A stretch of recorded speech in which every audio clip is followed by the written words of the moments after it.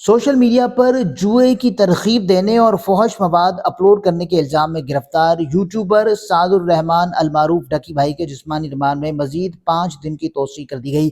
تفتیشی افسر نے عدالت کو بتایا کہ ملزم سے تفتیش مکمل کرنے کے لیے مزید جسمانی ریمانڈ درکار ہے، جس پر عدالت نے 24 دن کے بجائے 5 دن کا ریمانڈ منظور کیا۔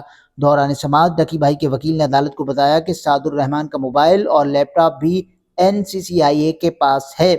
NCCIA موبائل اور لیپ ٹاپ کی فورنزک کروائے، انہیں مزید ریمانڈ کیوں چاہیے؟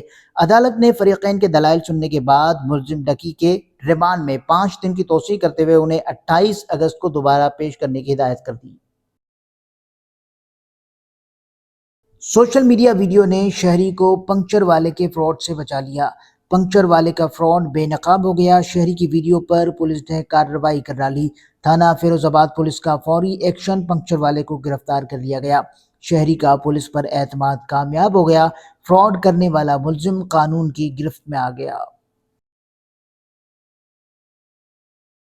میرپور خاص میں صوبائی وزیر ثقافت و سیاحت سید ذوالفقار علی شاہ کا شہر کے نکاسی آب کے سسٹم LBOD سیم نالے کا دورہ۔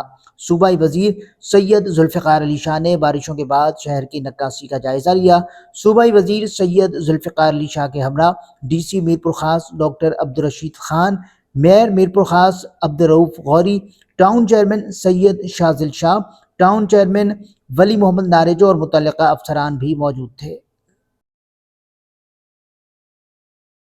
کراچی سے بھارت کی خفیہ agency research and analysis wing را کا خفیہ نیٹ ورک پکڑا گیا۔ محکمہ انسداد دہشت گردی CTD نے 8 جولائی کو گرفتار کیے گئے 4 بھارتی ایجنٹس کی دہشت گردی کارروائیوں کی سازش بے نقاب کر دی۔ سینٹرل پولیس آفس کراچی میں پریس کانفرنس کرتے ہوئے ایڈیشنل IG CTD آزاد خان نے صحافیوں کو بتایا کہ را نے دہشت گردی اور ٹارگٹ کلنگ کے لیے کراچی میں اپنا نیٹ ورک بنا رکھا تھا۔ ایجنٹوں کو ٹارگٹ کلنگ کی کارروائیوں کے لیے خطیر رقم فراہم کی گئی۔ کراچی میں دہشت گردوں کے سیف ہاؤسز بھی موجود تھے۔ سندھ کابینہ کے 3 وزراء کو جامعات کا پرو چانسلر مقرر کر دیا گیا، جس کا نوٹیفیکیشن بھی جاری کر دیا گیا ہے۔ وزیر داخلہ، قانون اور پارلیمانی امور سندھ ضیاء الحسن لنجار لاء یونیورسٹیز کے پرو چانسلر مقرر ہوں گے۔ محکمہ یونیورسٹیز اینڈ بورڈز کے جاری کردہ نوٹیفیکیشن کے مطابق وزیر تعلیم سندھ سید سردار علی شاہ جنرل جامعات کے پرو چانسلر ہوں گے، جبکہ وزیر آبپاشی سندھ جام خان شورو انجینئرنگ جامعات کے پرو چانسلر ہوں گے۔